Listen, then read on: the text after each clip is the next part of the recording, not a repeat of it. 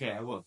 All right, I'm here with Kyle Gordy today. I'm very excited, and I will also say I respect you a lot for putting yourself out there and talking to me because 95% of the donors that I want to talk to about their experiences and what they do as a donor, they don't want to talk to me about it. So thank you, Kyle, for being here, and thanks for being open to have a conversation with me, an open one. I love it.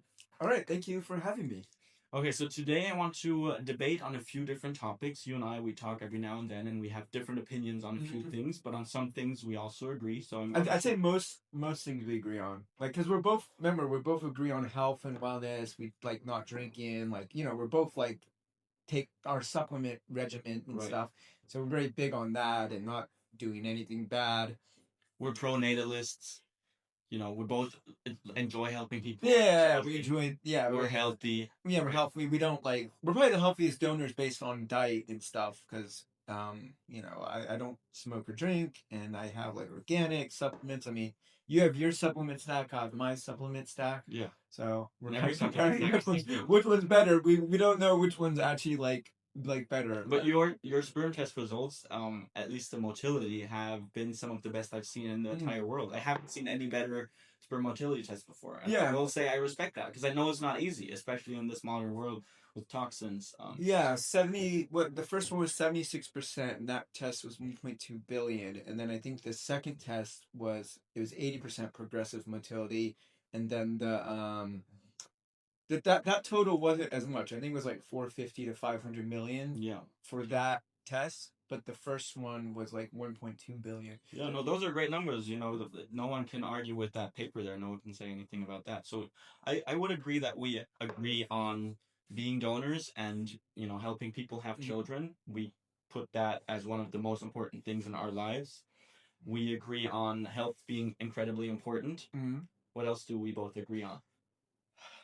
I think we're both like very motivated, I think, to like learn more. Like, I think we're always trying to improve ourselves, and I think that's something as a donor, I feel like you always have to kind of like improve yourself.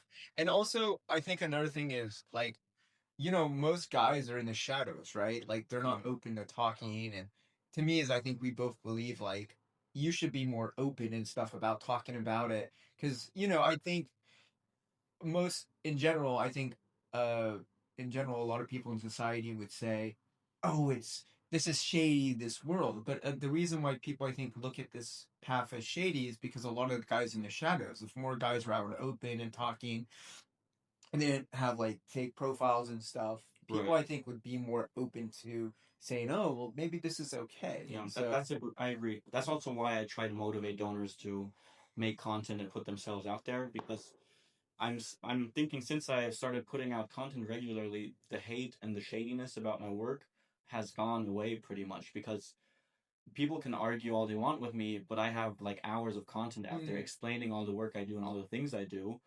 So if they think, oh yeah, that's so goofy, you got to jerk off in a cup, and then they look at all my videos and they're like, oh damn, like this guy's really fucking serious about the work he does. He takes his recipient serious, the kid serious. Hard for them to find something to criticize. And for every question they have, I also have an answer somewhere in my social media. So I would agree. We both try to be very open, open for media presence, right? Like you know, you tell me happily when a journalist reaches out to you. Other donors, when a journalist reaches out to them, they're getting worried, right? They're getting scared. They're getting nervous. yeah, and it's Yeah. silly. It's silly because because those journalists want to go after the guys that are scared, and they want to make them look bad. So if you kind of and hide, they're gonna be like, "Well, what's this guy hiding? Let me investigate." Right. And I've seen this before, where journalists, they would try to investigate the shady guys because, I feel like now because they're so open, they're like, "Oh, well, Kyle's boring," or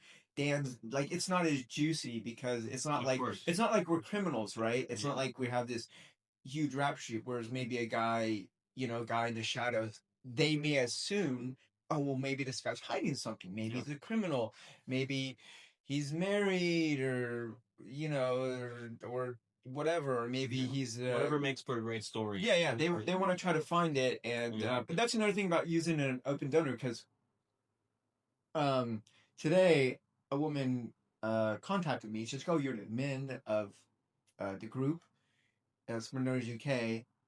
and she wanted me to donate. And she's like, "Oh, this makes me feel very safe and very comfortable that you're the min." Because a lot of people they see my posts, they see that I'm the min, that I keep things in check, so they feel comfortable. So it does show that like when you're more open, people feel more comfortable and they feel like I don't think any of my recipients feel worried or feel threatened like, oh, I'm gonna show up and there's gonna be something that bad that happens. I don't think any of them think that. I But feel like you've had people putting out um those rumors. So you've had people saying that you are not a good donor, right? I think it's just every donor that is that, and that's the funny thing is that any donor that is open, and obviously it happens to you, everyone's gonna say, "Oh, this guy's bad, this guy's bad," but I mean, it's like, yeah, you're bad because you're specifically a donor that donates freelance, but then they don't say that about the guy in the shadows. Like, they're not gonna say, "Oh, Bob Smith, who has a fake profile, is a bad guy," because you really don't know anything about him. Yeah, that's But true. with us, There's two strategies you can drive. You can either drive in the shadows, not be open, or you can be fully open and transparent. and you And those are the hardest to attack, I think. I think it is easier, of course, to attack someone who's open and transparent, but the more open you are, the more honest you are, the more of a personality. If you say, for example, like some donors might say, I really just enjoy having children with beautiful women, right? Mhm. If that's like an argument and they like doing that and that's what they want to do and they put it out there openly, they say it openly, then I think what are you gonna do? You know what I mean? Like, what are you gonna attack about it? You can say it's bad, but that's something I want. Just like people like to have sex, right? Mhm. Like, what are you gonna say? No, you should not be liking sex. No, Yeah. it's fine, Yeah. right? I think a lot about it is, um, the fear of what happens comes a lot from it being so intimate, and I think we both know that there's a lot of tribal energies and tribal um Yeah. kind of fears that we humans have when we see someone else reproducing a lot, right? Especially for men. Oh, yeah, yeah, yeah. Yeah. That's the thing. A lot of donors, or I mean, yeah, like I said, there's also donors in general that feel threatened that maybe you're getting a lot of pregnancies, you're getting successes. I mean, obviously it happens. Like obviously, why does a donor not like another donor? And usually, if we're going based just on that donor not liking the donor, usually it's based on their jealousy. Like they're mad, maybe this guy, people liked him, and it's funny because what I always tell people is you don't when you spend your life attacking other donors, recipients pick up on that and they don't want to use you because they know Exactly. that, Yeah. well, maybe this guy's not a great guy. I don't want a Yeah. guy that's going to attack And me. recipients talk to donors. I had a recipient yesterday ask me, "What do you think of this other donor?" Right? He had like a nice presentation on Facebook, put himself out there, and she asked me for a friend of hers who was looking for a donor. She asked me, "What do you think of this donor?" And I said, "Seriously, friend to friend, these are the things I dislike about him. I dislike, for example, he lies about his height. He lies about his intelligence. Because I've talked to him, and he's not as intelligent at all, and he's very like a needy kind of donor. You know, the needy donors who are like, "Hey, please, please." So I told her as a friend, these are the things I dislike about him, right?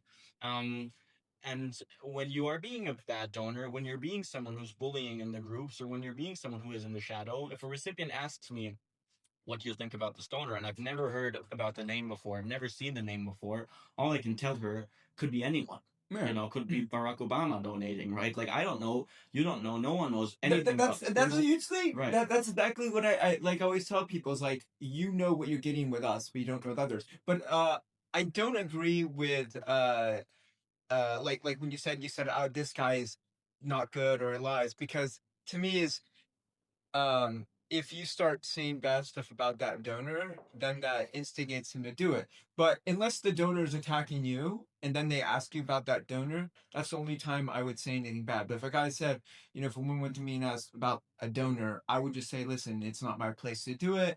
I think that's the best way to do it because the recipients can judge for themselves. If you Well, it's hard. It's hard if they don't know the person himself, and they might want to not do a lot of time investment and get some experience or knowledge from someone who's been in the industry, working in the industry, right?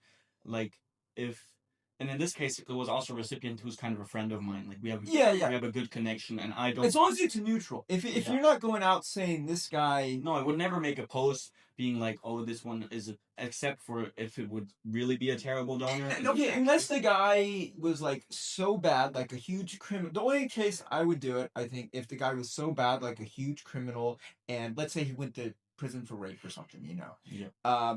That would probably be the only time I would really say, like, if I knew the guy went to rape, I'd say, okay, here, this guy with the prison for rape, here's his criminal record.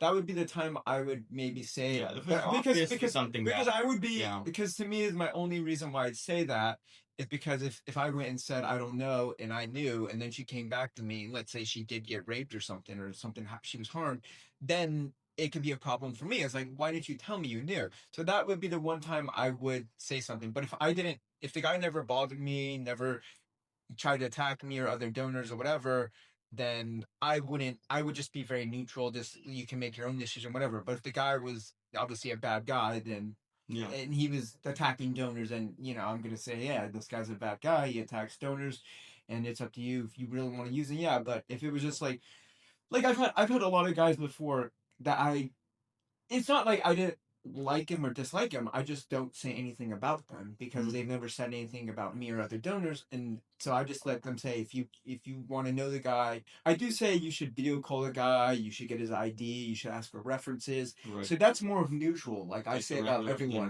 yeah. But then in that case, a lot of times when I bring it up, they won't use that guy in the shadow because that guy's probably not going to give his ID. He's not going Right. to give references, and so then they just use a donor. Yeah, it takes some education for recipients. Yeah. They make a good decision. and this is why I think a lot of people like go for you, me, or other open donors. Yeah. Is Okay, but I'm trying to get a bit of structure in this. There's a few topics that I want to talk about, and I want to add money as well in charging as a donor because that's something you mentioned. If you have other ideas, then the topics I would like to discuss today, just let me know. So I want to talk about the regular topic number one, the number of donor conceived children, like the limit, family limit, or number of donor conceived children that we will talk about.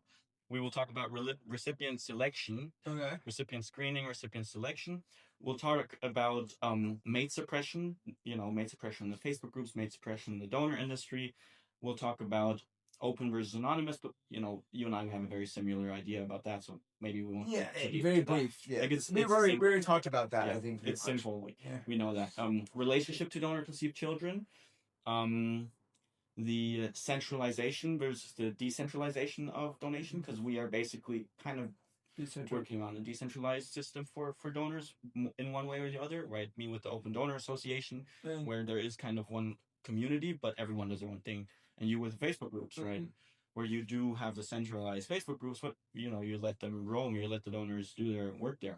And we're gonna talk about your motivation versus my motivation, how they look, and then we'll skip that one because that one's too.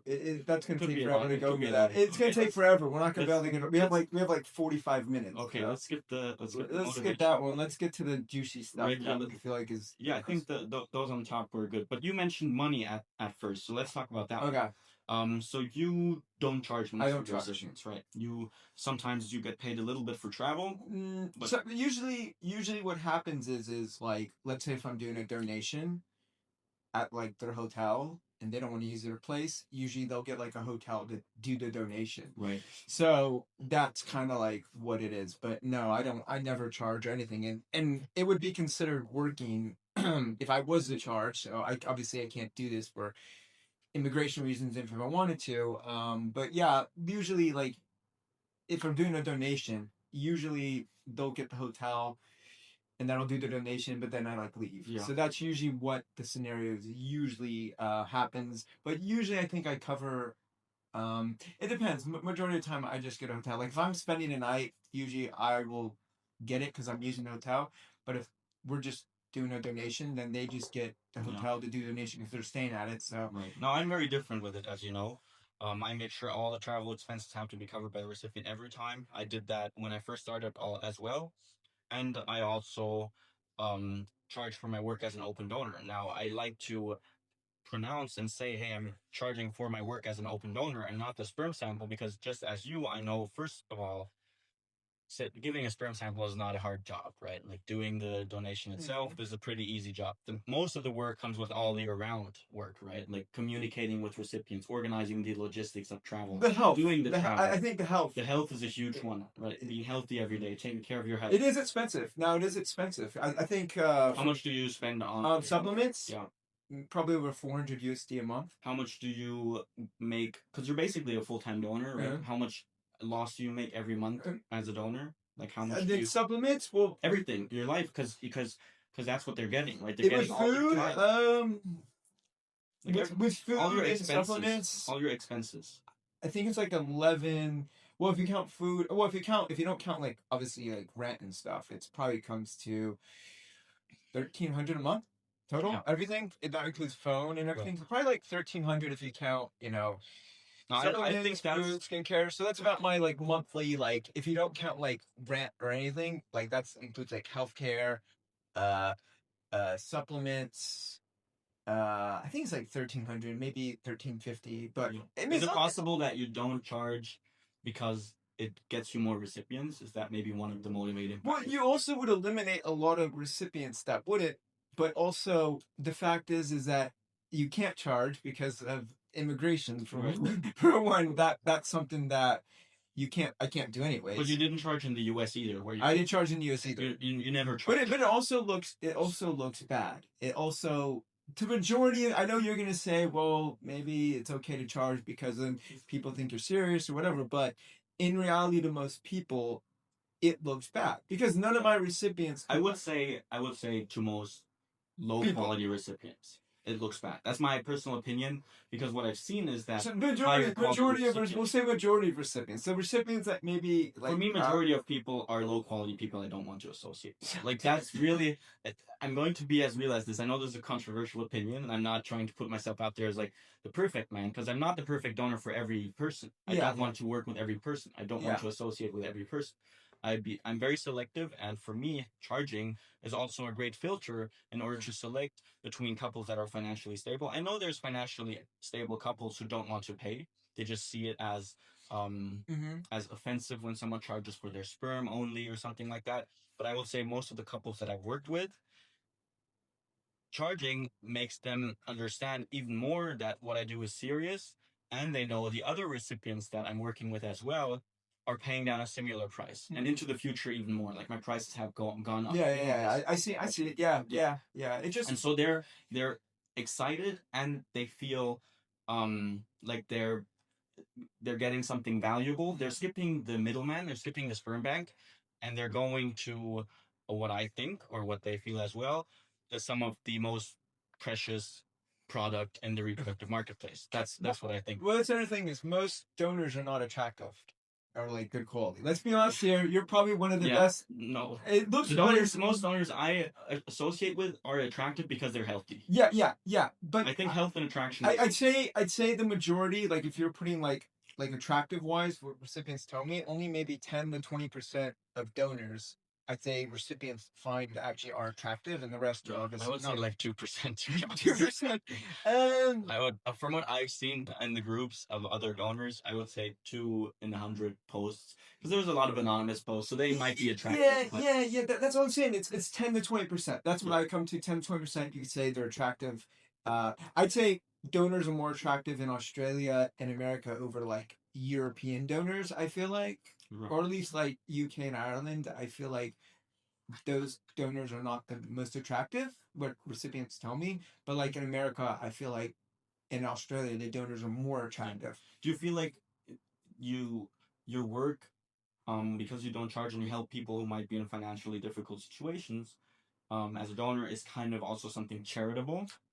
Well, it's charitable because, yeah, I guess you could. Yeah, I guess it would be considered charitable because obviously. Are you not a bit worried for the children that there will be mothers in the network of half siblings who are broke charity cases? Let's call them charity cases. Broke. I would say yeah. I would say there would say like a good amount in America and Australia. I would say they have money. Australians and Americans, they're very well off. Like Well, I not admit, everyone. Like I do get requests.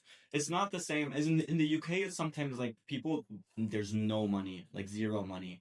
In the US and everybody, Australia, everyone has a couple all the million. recipients had a kid within America work, and they have most of them make good money. Like some of them are millionaires, like Right. make over 200,000-300,000 a year. But don't you think for those recipients, they would expect their children to have half siblings and a strong network? Don't you think that it can lead to, I wouldn't say drama necessarily, but like I personally, I'm going to have my own children as well. I don't know how you feel about that yourself. I Well, think well, I'm you gonna would. do it. Well, Yeah, we're we can working talk on about that. this. We're That's working on that. that's a different So topic. yeah. But my own children, I want to offer them the best and strongest network of half siblings I possibly can. I don't want to put them and expose them too much to like traumatic families, people that have financial issues. I would be worried about abuse in the family and stuff like that too, because usually being financially unstable comes with mental health issues, comes with physical health issues. It What I see it a lot, it comes hand in hand. Not every case, of course. Like I don't want to generalize. I'm never a kind of person to generalize, or I try not to generalize because I understand everyone Yeah. has his own path, and I still am very open to supporting recipients that have financial difficulties, but not as their donor personally, because then I'm involving them in Yeah, no, my own. I get it. Like I can't trip you for that. I think that makes sense. But also I should note like But you're adjusting your strategy a little bit there, right? the income levels for the recipients in like specifically Ireland and UK are much different than the income levels of Australia and America, because I could see that my Australian recipients and my USA Yeah. recipients, they mostly, for the most part, they all make good money. Maybe some of them, I think a majority are making over 200,000 a year, the ones I've donated to in America and Australia. Whereas in obviously Ireland and the UK, the income in general and just in general is much lower. Like you get paid for the same job much less. Yeah. And also I think the work culture here is different. Whereas USA and Australia, they value work more, whereas I feel like here it's more like lax, and so people don't care if they're making good money. But And you chose to go to the UK most of the time.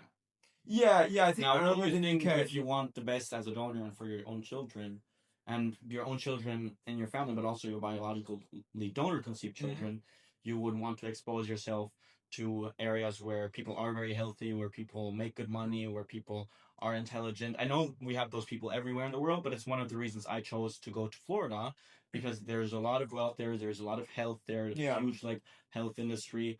People work very hard, and I kind of like it as a base for donor conceived children in the future. So, Yeah. like, you have 10 half siblings in Florida. That's wonderful. No, I have kids. I have like 3 or 4 kids in Florida myself, so I know. But why did you go to the UK Oh, if you see this? well, Ireland and UK. I'm Yeah. around Ireland. Right now we're in Ireland. We're in Ireland right now, and obviously it's the cooler weather, but also I don't know. I feel like it's just more relaxed.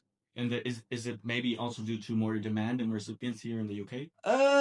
I feel like there is a little bit more demand in Ireland, and well, I guess depending on the country, I feel like Ireland, the UK, there's a little bit more demand Yeah. than in America. But I feel like if you're talking about like just demand in general, Right. I'd say like Brazil and Philippines are like just specifically like demand wise, Philippines Yeah, I and would say Brazil are the highest. I would say the supply is so low. That's why the demand seems so strong. That makes sense. Like Philippines and Brazil doesn't have a lot of donors. White. So Or there's white there's a donors. lot of donors, but like obviously you go to Philippines, most people are Filipino. Yeah. So if you Most have a people white in the guy, world, most recipients are looking. The majority of recipients are looking for white white, donors. correct. So if you go to Brazil and you're white, or you go to Philippines and you're white, yes, you're gonna be much. You don't even have to be a good-looking white No. guy in those countries, and people will be in pretty good demand. Yeah. Because I have friends there that like donate quite often, and they're nothing special, and it's like.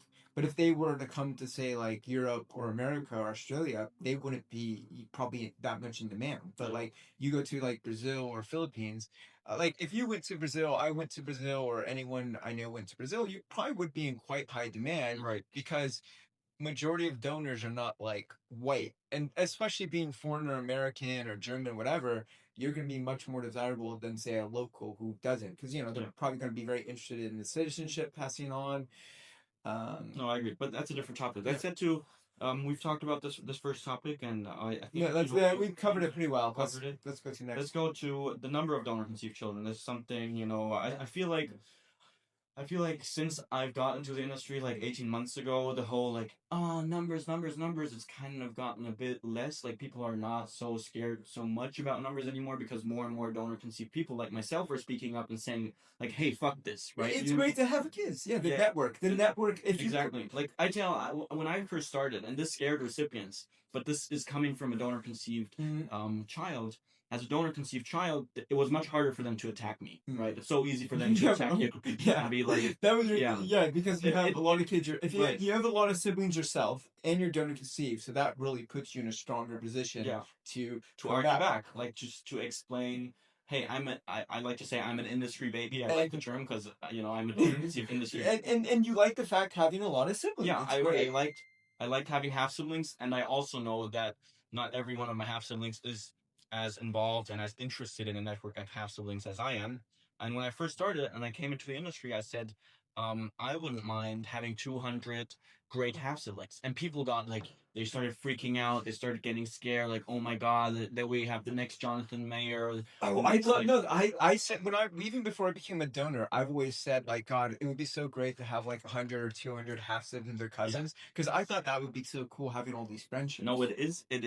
It's cool. It feels like a nice hack. It feels like a little bit of like a hack in the matrix, like a bug in the matrix, like a loophole in the matrix. Yeah, because I've always thought about like I just would be cool just to like if I had 100, 200 siblings, it'd just be cool to like talk to them, meet them, and like go around. And this was before becoming a donor. But now what I did do, and what a lot of other donors didn't do, is I made polls with my donor conceived half siblings, and I made polls on Instagram, and I asked, what do you guys think is a good limit? And the majority of people said 50 families. 50 families. 50 families. 50 families. That could be, if each family that could be 100 2 children. It could be 100. 100 to 200.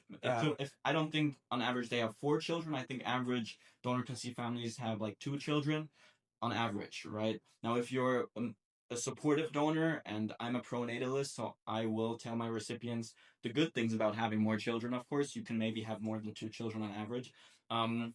But let's keep it with families, because people that are worried about the number of children and want children limit, they're stupid. I'm just saying it, they're fucking dumb. Yeah. Because the 200. So realistically, if you have 50 families, you can have realistically 100 to 200. That's like a realistic number. Yeah, I agree with that. Now, I have a family limit that I discuss with recipients, and I'm going to do a poll once I get to 50 to have them decide if they want me to continue or not. Now, you don't have that. How come you don't have that, or how come I've never you don't have any limit? I don't have any limit because there's never been a reason to have a limit. It's more like. But aren't women kind of sometimes asking you, like, what is the limit? See, that's the thing is, my recipients don't really mind. I maybe had like 2 recipients before, like, oh, hey, like, and I've had this talk with people, and actually, the vast majority are very supportive of me having like as many, like, just keep donating, like because you helped me, so I want you to help others so they have the same opportunity. Because people may be using me for specific reasons. Maybe I match their husband's looks. Maybe I have specific features that they like, or the personality. So to them, I feel like my recipients feel like, well, that wouldn't be fair because Kyle helped me have like I have like 2 or 3 kids with some of these women, and why should I deprive that woman of using Kyle? So they're actually all supportive. Obviously maybe not like, all. They're almost like 9, like maybe like 2 of them are like. They're not like, none of them are 2 like of your recipients maybe are like not super maybe like 2 are not like super supportive. Yeah, and you're in the multiple dozens families, right? Yeah. So like, but like when I've like the ones that were like educated. So you would say like how many percent of recipients would you say? One, maybe like 1 to 2%. I think that's what you're gonna get when you get the 50 families. I think maybe like 1 or 2 of them are gonna say, I'm not okay. But the vast majority. Do you think you could have communicated better at first that you don't have a limit when you first started? Because I communicate every time on my portfolio, on my YouTube, on my Instagram, and in people never ask me, very rarely ask me how many kids I have. Maybe like 20%. Don't you think that should be something you share like very early into the process? Well, if they ask, I say, listen, I don't have a limit. If they ask, is there a limit? I say I don't have a specific limit. Like when I first started, If they ask you how many donor conceived children do you have, do you tell them honestly? I tell them I have over a certain amount. I So give you them, don't I give give a them good the estimate. exact number. I don't give an exact number, but Now then I say, you said you want to be very open. Don't you think that? but I don't say, I have a limit. But then I say I don't have a limit. Is this okay? But usually I'll say it if I'm in the country at the time. I'll be like, I have over this many in this country. Yeah, At which the is time, not, and then if it's they not come an back exact and say, number. but then I say I have kids. If because how I do it, I think this is what the best way to do it. If someone asks me how many kids, I say I have over this amount in this country. Then I say I have other kids worldwide. So Yeah. then they have a good estimate. Okay, I think he has this many. And then if they say, do you have a limit? I say I don't have a limit. I feel like that's a little bit kind of preying on the recipient not asking all the But because questions. but It but seems they a have the little bit- ability to say, okay, obviously they have the ability, they, but you know that many of them won't do it. So why aren't you just fully open and say, hey, let's say, I don't know, 64 in these countries, this is the number. Why don't well, you give them that because I exact think number? when you start saying numbers and stuff, people because you don't I know say 20. you don't know if you're gonna donate to every single one of these people, and you don't want drama. As you know, the more when you start giving a number, people don't really get pretty aggressive. Some of them, Most of them, aggressive. these people, you're not gonna donate to. Yeah. So But they might be aggressive, but that's a good, for me, it's a good red flag. If I tell them 20 children and I get no reply, I've been a donor for 20 children, 18 families. You know my numbers right now, 18 families, 20 children. okay. Um, Oh, because you have twins. two twins, yeah, Okay. two twins were born out of AI. I'm kind of proud about that because it means the mother had the twin genes, but it also means the swimmers. No, the swimmers for fertilizer was not IVF. Oh, they were IVF. Oh, wow, both that's AI, impressive. both AI. The twins Wow. were AI. Now, that's a different topic though. I tell everyone, the recipients I work with, and anyone who asks, and if people read that message, and instead of asking questions, such as what are the benefits? They're looking for my portfolio because my portfolio explains the benefits of a network of half siblings. It explains how I select the network of recipients that I say that too to if people. they don't, yeah, it's great. You learned that from me, right? I did say that. I do tell that to people, and people are like, "Oh, this makes a lot of sense. That's great." I tell them about the network thing and say, "You have." I have like three things I tell them. I say, "Oh, you have friends for life, free travel, Yeah, people, something to talk to," and most of the people love that. They're like, "Oh, wow, you make a lot of sense." yeah, it does make sense because I've seen it myself. I've done it myself, and we will see more of that. Donor conceived children speaking up and saying, "Hey, actually, I had a lot of advantages in my life because I was donor conceived from a healthy donor and a great network." But that's a different topic. I just go straight out there, and I think a lot of the reproductive market is self-selective. I do not prey on the women not asking certain questions so that I can go ahead and kind of sneakily donate to them. And I think there we are still a bit different. I think what you might could be doing better is just also in the position you are because you've been a donor for a long time now. You don't have to worry about every recipient. You can just tell straight up, this is the number, and I'm fucking proud of it. And I think it's a good thing because you are proud of them. But here's the thing. Every time you do that, well, not most people won't, but there's that small percentage that go out and attack your. Like, I mean, they really go out and start making posts about it. See, that's the thing. So this is why you have to do it if you know you're gonna donate to someone, then yeah, that's one thing. They're also gonna make posts if you say yeah. If you just talk to them and say, listen, this is how many I have in this country, and then I have other kids worldwide. Yeah. If you want to set it, they say, do you have a limit? I say, usually I says, I don't really have a specific limit. I don't know. I can't promise anything. Then that's usually in the conversation. The vast majority of people. Yeah, I get that it's like but most people don't ask. Most people don't ask how many kids you have. But then when they do later find out, and it's more than they expected, they're gonna make drama too. So better to just, in my opinion, keep the drama out. None of the women I have kids with, they're like, it was more of, oh, I didn't know you have like one came to me and said, oh, I didn't know you'd have this many kids, but she wasn't mad about it. She just said she just didn't know. She could have been. She could have been, but I didn't. For a good reason, because you could have told her. You could have been fully open. No, I told her. I think I said, God, this was years ago. I don't know. No, I mean, I told her at the time. This was years ago. This is like 4 years ago. I think I said I had over 20 or something worldwide, and then she's like, oh, but then later on, she's like, saw that I had like more, but this is like years more Yeah. years later had more kids, so obviously it's gonna have more kids. And I just said, oh, okay. But she wasn't mad. She's just like, oh yeah, this is fine. Like it's more Yeah, like that's one case. I think overall, the more we are proud and open about the work that we do, the better the impact is, not just for ourselves and our donor conceived children, but also for future donors. But this is this part of the debate. We have a bit of a different strategy and opinion on this. I think we should go to go the on. next one. Right. Recipient selection screening. We talked about this Yeah, kind of a a little little bit. bit. We don't have to go into that. We work differently there, and I think that's Yeah, fine. yeah. We talked about that. Do you think you have done mate suppressing choices in the past in the donor industry on your journey? If a donor has attacked me and fought with me, Then you suppress. I will not fucking let them be associated with me. I have nothing to do with them. So those guys, and You don't want to support them. You don't. I don't support them. I don't have them. I don't have any other like. That's why how I bake. This is how we get. This is how we clean up the the community. If we got rid of all these bad guys that are like really, I mean, and there's a lot of these guys for you, for other donors that they treat it more like I want to instead of trying to make themselves better. They're gonna try to attack donor, so we get rid of those guys, and that's what I'm saying. I think that's what is that I think it's okay to be mate suppressive against mate suppression. donors. Well, they're trying to mate suppress me by trying to like they'll Attack you. they'll say to a recipient, oh, like it's not like they. I mean, there's a lot of guy. mate suppression out there on you. I think you've gone through hell and back with all the people. Drama, yeah, Drama It's that just try drama, to and that's the thing. mate There's suppress and you. there's enough recipients for everyone. It's because they feel threatened. Like Oh, that's so true.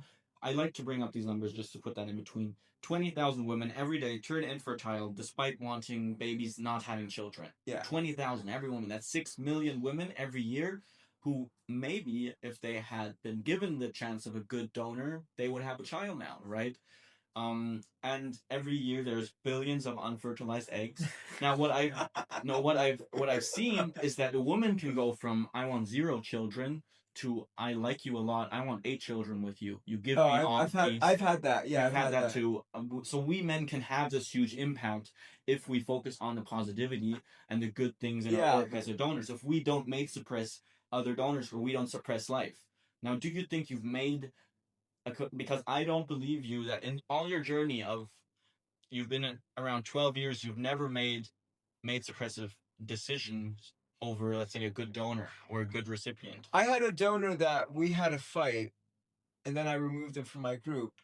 And he was a good donor, but then again, he got removed because he got in a fight with me. Essentially, so that guy. Well, that sounds a little bit like donor fascism, don't you think? Well, no, there was an issue. It was a long time ago, but there's this donor, and he got in a fight with my friend. Like he got in a big fight and everything, and then he kind of got like in a fight with me, and then one of his recipients started attacking me, and then it's funny because later on that recipient she wasn't really attacking me, but she just said something, and then apparently she attacked me for having a lot of kids at the time, and I didn't even have that many kids at the time.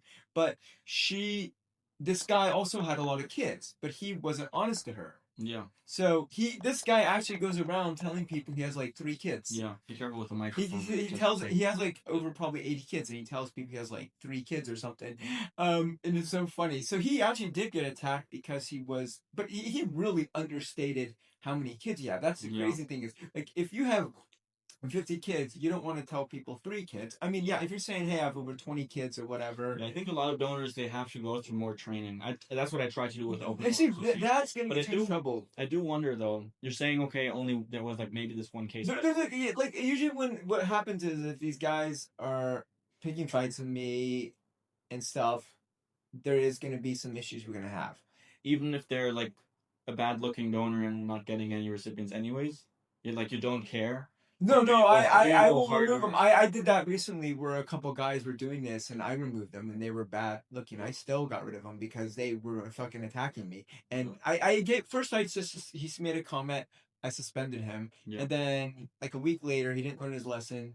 so I removed him because he just did it again. And I was like, I But don't don't you tolerate that. think by what I wonder with a lot of OG donors, um, I think it's gotten better nowadays, but I feel like a lot of it is about I want to reproduce, right? Like I want to, which is a natural instinct. Like the reproductive urges in the men that I work with as donors are very strong, right? You know this yourself, right? You know, I think everyone wants to have kids. You know, I think in general, most people, at least donors, they want to have biological offspring. Otherwise, they wouldn't be donors. Yeah, I think every donor and a bank too, they want to have.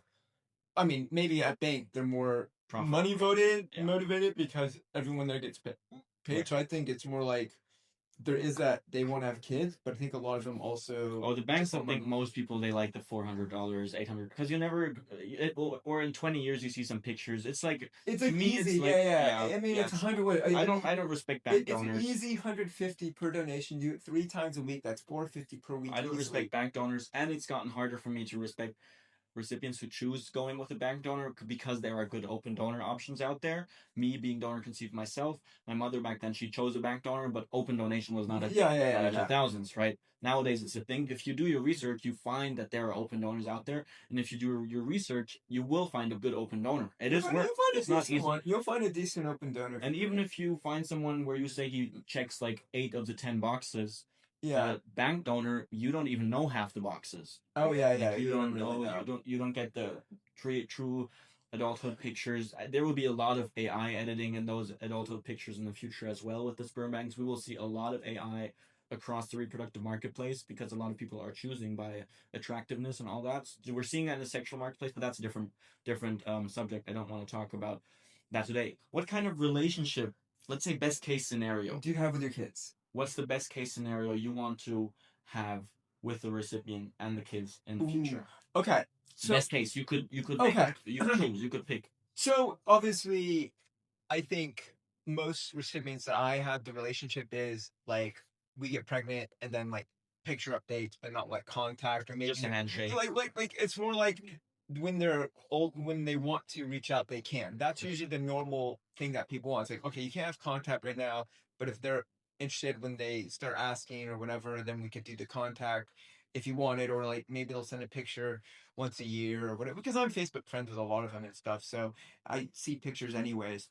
But that's the normal case. But I think what would be good is if, let's say I have a kid with someone, I think the best situation, I think the best case scenario would be they have a child by me, and then obviously I'm not going to go fly all around the world to see each kid, but you know, I think the best case scenario would be when they're actually able to talk. Like this could be like 5, 6, 7, 8, 9, 10. They should introduce and say have like a video call. I think that would be the healthiest way to do it. Like a video call or stay in contact. The kid can stay in contact some way.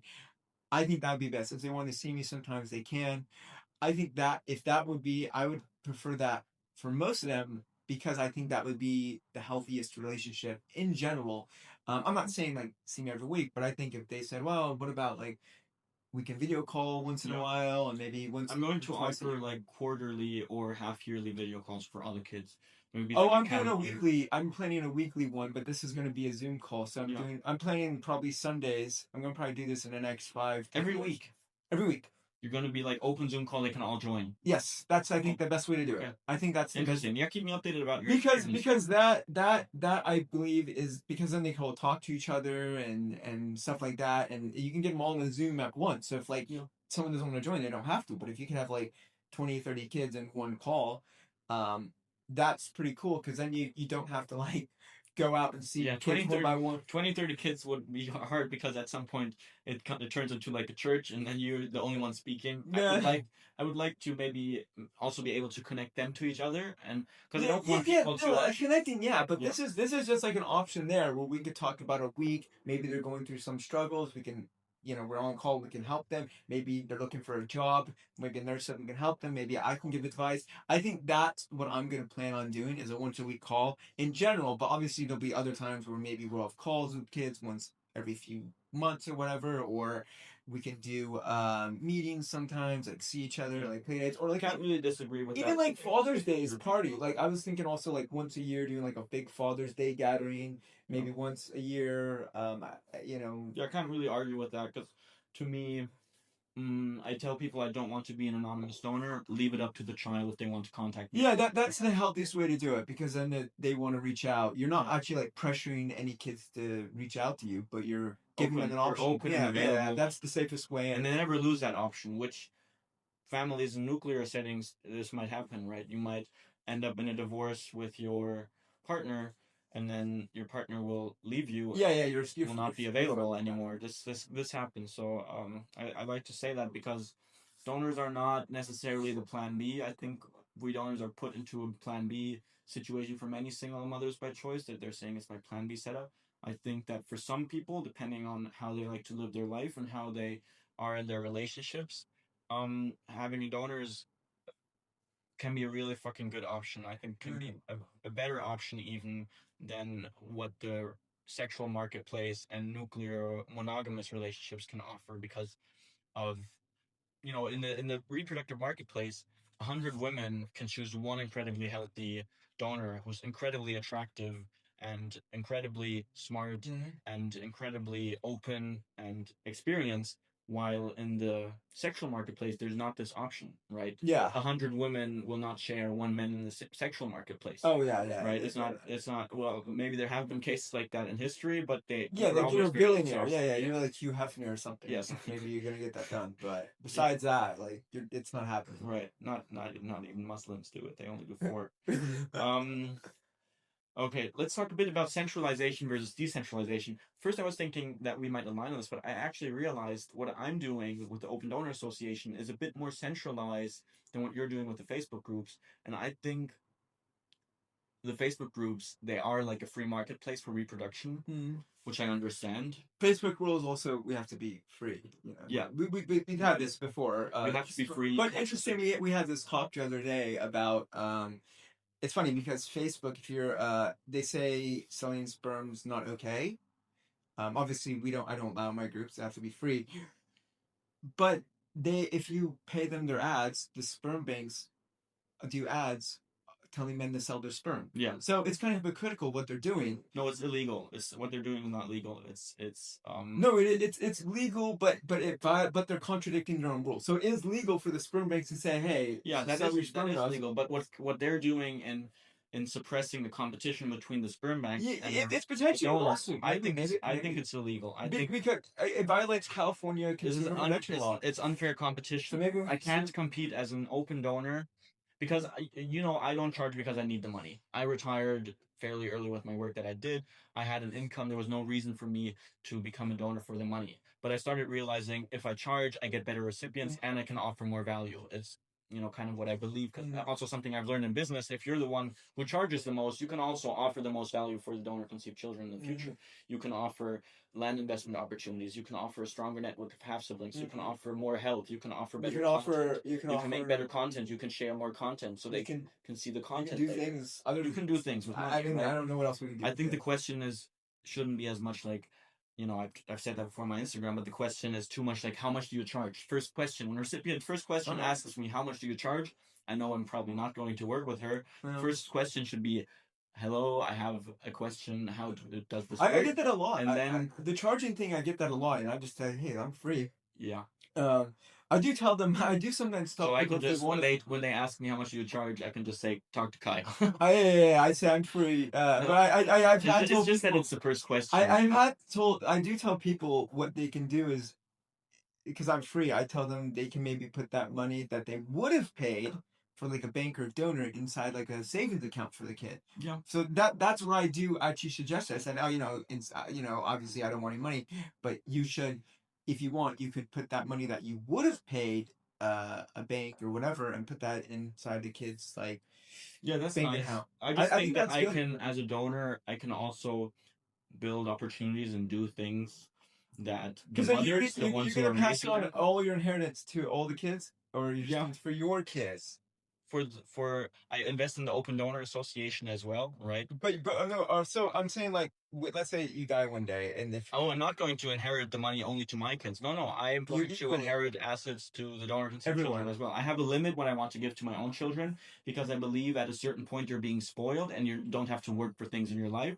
But if you get nothing from your parents and your family, then you're kind of put out in the wild. Well, I think it's going to be a little bit difficult because when inheritance, I think they each have to come forward and prove that they're your. I'll do it through a trust fund. So there's ways you can do it. You probably have You to can name set up- each of them, and No, you can name set up each a kid. trust. You can set up a trust fund and say, hey, these are the people that. Yeah, are yeah. going to I benefit mean, from the trust because fund. it's probably they probably wouldn't just give it to some kid. Like, let's say you. No, I can't just give it to Like some if you strangers. weren't on the Yeah. birth certificate, yeah. Like if you I weren't on know. the birth certificate, That's why it's going to be a trust fund. It also has to be in a trust fund because otherwise I can be sued by one particular recipient. So it has to be protected and through a trust fund. But that's good. I thought my plan was if I do die, I'm not planning on dying. I'm planning on living forever. Yeah, That's me too. Brian Johnson. I'm Hopefully, at least aspiring to it. I'm just aspiring to live forever. I'm hopefully gonna be able to live forever. But my plan was I don't put anyone on the thing. Like there's no trust fund. There's no nothing. There's no money to give them because If they I never charged. if I don't, whatever, the people just figure it out for They just themselves. figure it out If they themselves. want something, they can all try to fight it out or whatever. I think that's how they should do it. They should all like fight it out or You whatever. should give them like a gladiator scene or something. Yeah, And go on I to mean, the there's not gonna. I'm not just not gonna do anything. I'm just gonna. Well, I mean, we're different. We're different. yeah, I just won't We're do different. anything. I just. And you also provide by being a free donor. Yeah, I think. I mean, shit. I've even got my kids stuff before. I mean, I've literally like given money to like a little bit here and there. The recipients I work with. I'm actually like I'm Based actually on like a really good father because think about how many guys, if you think about it, right? How many guys they don't do anything for their kids. Like, think about it. Like I've done a lot. Like I flew to like France to see one of my kids. Those kids should go through the donor training and become great donors. Yeah, no. I one day if I did ever retire as a donor, I would get one of my kids. I think to take over. That's like the Lion King, like Simba and stuff. Yeah. I hope some of the donor conceived sons of the recipients I work with decide to become donors. Oh yeah. Oh, but that's for just sure. a hope. That's just a hope because I could, I have everything set up. I have the Open Donor Association, the donor training program, so they can just slide in, do the work, and I know exactly where to point them and what to do. And you would know too. I would definitely be encouraging my kids. I would have them take over the throne, so they would I'd give them my groups or whatever. Now, why didn't you regulate the groups that you manage a bit more? Like I regulate the Open Donor Association in that I make sure the donors I refer, they have a certain baseline testing, they have a certain spermiogram.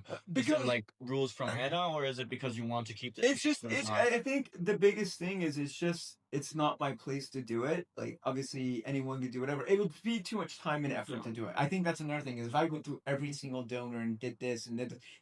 Imagine you have no money to put the system across. Because you're not gaining anything for it. It's like I'm not gonna go spend all this time screening every single donor. Well, you're gaining a lot from it actually. I believe you're gaining a lot from some sort of centralization and controlling to make sure like the baseline tests are given.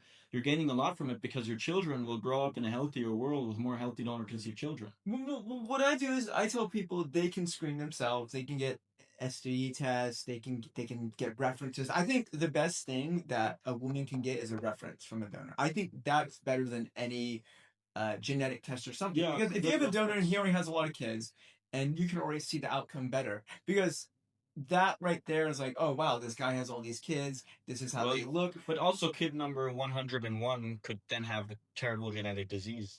Mm-hmm. So if there's like depending on the genetic disease. If there's a chance, this is usually the mothers. I've had mothers that have a lot of the moms actually have like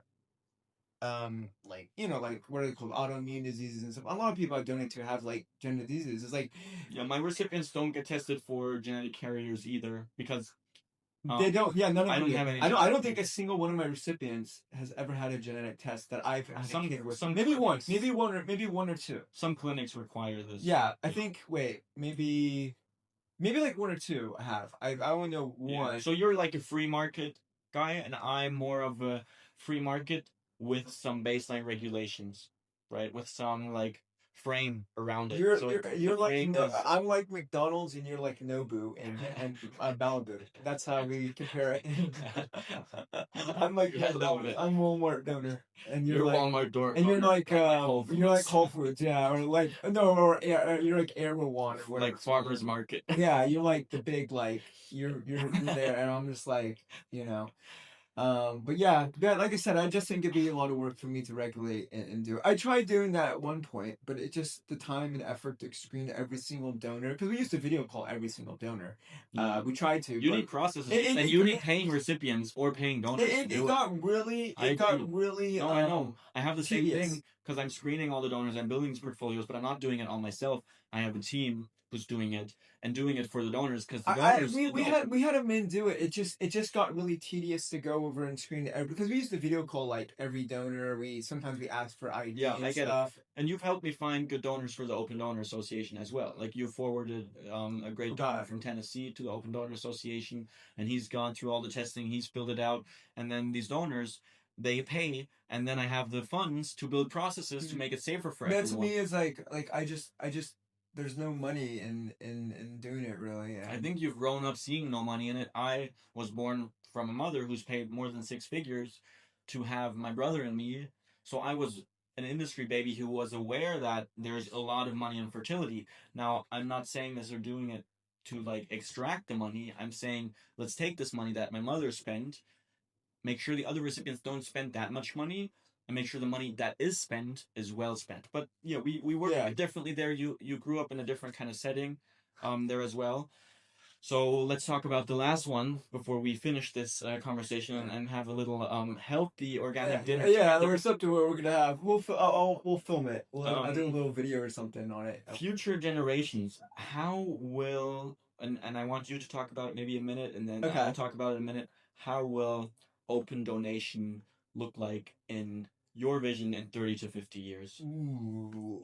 When you are old. Oh, okay. Your grandchildren. Well, assuming I can't live forever, Yeah. assuming that like I actually do get old and I can't figure out how to live forever like Brian Johnson claims he will be able to, I think it's gonna be obviously a lot more donors. I think honestly, I think there's gonna be like 500 recipients for every one donor in like 30 years. I think that's what's gonna happen. Like, so there's that reverse. There's gonna be 500 donors for every one recipient, and because when I first started, maybe there was like for every one donor when I started in 2014, there was like 10 recipients, right?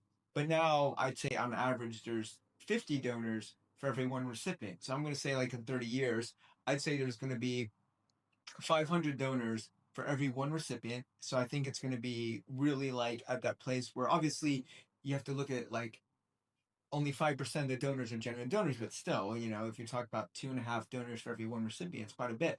So I think there's going to be way more donors than recipients, like way more. I think there's I don't think that it's going to be like super regulated where people aren't liable for child support. I think the child support thing's going to stay for the most part where people are still going to have that legal issue of child support.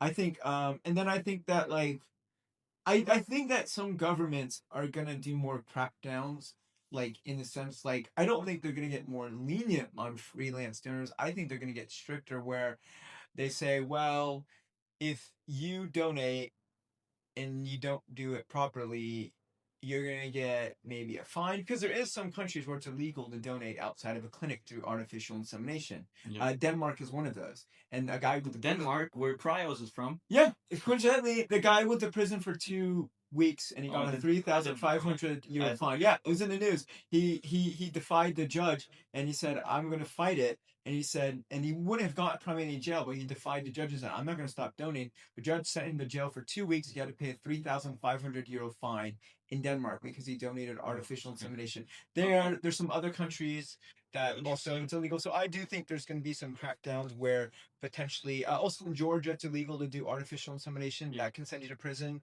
It's a felony there, outside a clinic. Interesting. So I do think some countries are going to crack down more on known donors. And I think that's something you guys need to keep up on the laws to see what countries are going to be pretty harsh. Yeah, I agree that let me get to my vision to kind of finish off the video.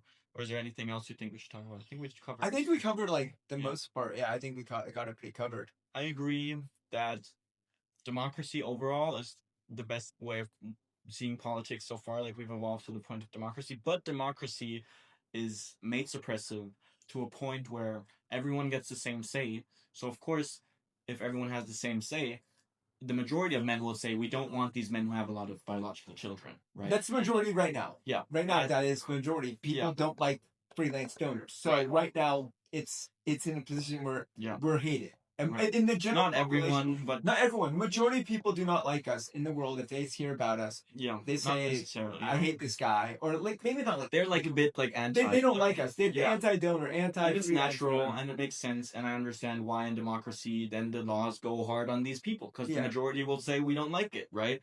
So they create laws to punish us, like send us to jail. They stopped one donor from donating in Netherlands. Well, I agree. But let me finish what I think, what I hope will happen, or the direction this will take. I hope that it will become a mainstream thing, that more and more people will realize and decide that having children is not mainstream anymore, right? Mm-hmm. In the Western countries and the industrialized and developed countries, it's not very mainstream anymore. I think the majority of people, and also women, I disagree, or I hope there will not be $500 per recipient. I think that the donors will become better and better because it will be more open and there will be more ways to help men protect themselves as well. The trust fund is a great example, right? Not very many men know they can protect their assets through a trust fund, for example. It depends. Besides, we talked about this because judges can impute income. So yes, income is, but a trust fund, for example, is something a judge cannot go. You can impute income even if you don't have an income. So in theory, yes, if you have a lot of money, a trust fund's worth it. But if you're not making much and you just say I don't work, I don't have any income, the judge is just going to impute your income. But what's going to happen in capitalism, and I think we're kind of late stage capitalism with AI right now, people will realize and understand, okay, money and energy extraction from the earth, we can do that endlessly. Like we can do more and more. But how many children you have is kind of still limited to how many people you help having children, or how many people you help as a donor, as a father, as a husband, whatever kind of position you put in. There's a spectrum of what you can be of a man, right? Or as a father. I would say the one side is like single fathers or fathers with many children, one wife. Then we have the anonymous donors on the other side, and open donors are somewhere in the middle, maybe leaning left towards anonymity, some leaning right towards involvement. But I'm hoping, or I think that more and more women will understand donor conception is a good path. We're already seeing those numbers going up. We're seeing more and more people being donor conceived. And I think because of the open donors, there will be more and more people proud of being donor conceived, and they will become donors too. So I think it's going to be a growing trend. And I hope, because you say, oh, you're worried about the politics thing, I hope and I think that the countries, the societies and governments will survive that will be pro-natalist, because if you're anti-natalist, your country's going to go for shit. They have, I guess what I should say, they have no reason, there's no benefit for them in general for them to say, oh, just donate and don't pay child support if you don't get it or whatever. They have no reason. Like, it's like, think about it. Let's say if someone goes on welfare, right? Yeah. And right now, America, Germany, if you go on welfare, you have the father has to pay. So they have no reason to say, well, we're just gonna. If the kid goes on welfare, then you don't pay anything. Like, I think if you just say, I think the baseline of what the mothers and the children will need will be covered with AI and robotics. I think there will be, because we're seeing it in Europe already, there's a base income. There's where a lot of what I call universal income, universal something income, yeah, universal income. Yeah, they're having that. You'll have that more and more. We have that in LA for Compton. You have that in areas in the US. You have that in most of Europe. You're gonna see it in developing countries and developed countries as well. So governments, and especially governments that are not very democratic, right? Like the U.S. is less democratic than the European Union, for example. You only have two parties in the U.S. to choose from. We all know the democratic system in the U.S. is not as democratic as in Europe. But these systems, because they're working on a long-term scale for their society. Let's say Thailand, for example, is what's it? It's a king, right? What they call it? Monastery, Monarchy, monarchy, a monarchy, a monarchy. Just some donors. No, we, we they have a monarchy there, so the king there is going to be very very interested in the people reproducing, and he's going to understand that energy extraction is not that important anymore because yeah, AI and nuclear powers can just destroy anything in a minute. And these kind of democracies who are less democratic, they will play the long term game. They will grow in numbers, is what I think. And we're seeing that in Muslim countries where it's no democracy at all. Like they're going crazy in numbers because they're not doing it to be revoted again in 4 years. Mhm. They're doing it out of passion for their tribe, for their religion. Religion is a huge one. So I'm thinking these people and cultures will eventually survive. And I'm thinking the donors are kind of, in a way, a modern day mix of religious pronatalism. Like Yeah. donors are almost religious about what they do and how they do it and the children they have. And then at the same time, they're doing it with consent of the recipients. So I hope and I think that it will be a huge trend, a huge movement. I think there will be a lot of people doing it in the future. There will be a lot of recipients and a lot of donors. I don't think just the number of donors is going to rise. I think the numbers of recipients going to rise with the numbers of donors. And I hope that we can have a big impact there and create a lot of healthy lives. All right. Was so good talking to you, Kyle. Yes, as always. I really appreciate it so much. It was very nice, and I appreciate that you talk so openly to me. I know that people will see this video maybe and criticize me, but I talk to anyone and everyone, and I have learned a lot from you. I appreciate that. We learn a lot from everyone, I think. We learn a lot from everyone. I wouldn't do everything the same way you do, but I think that's the whole point of doing what you're doing. Yeah, if we were the same, if we were the same, no one does everything the same. We all have our own ways of doing stuff. So. Yeah, and I think you've gotten much more hate than you deserve. I think every donor that's opened is just you. Yeah. I think you've gotten a lot more hate than you deserve. I think it's just everyone in general is just like I said, well, hopefully things change in the future where being open, you're not gonna get like attacked. You're gonna be respected and more like. I think where everyone, or at least 99%, are going to be like, all right, this is okay. But we'll see. Yeah, I hope so too. I think the tribal instincts of humans won't change so fast. I think there will be this underlying jealousy of men. Because if we're in a tribe with 100, 200 people, let me just say this, and you have 100 kids, you're my enemy, right? Because the risk of my tribe going bankrupt and dead because of that is pretty big. Yeah, so my inner tribe might be like, oh my God. But in reality, nowadays we don't have that risk. All right. All right. Thanks so much. All right. Let's go have dinner. Let's go have dinner.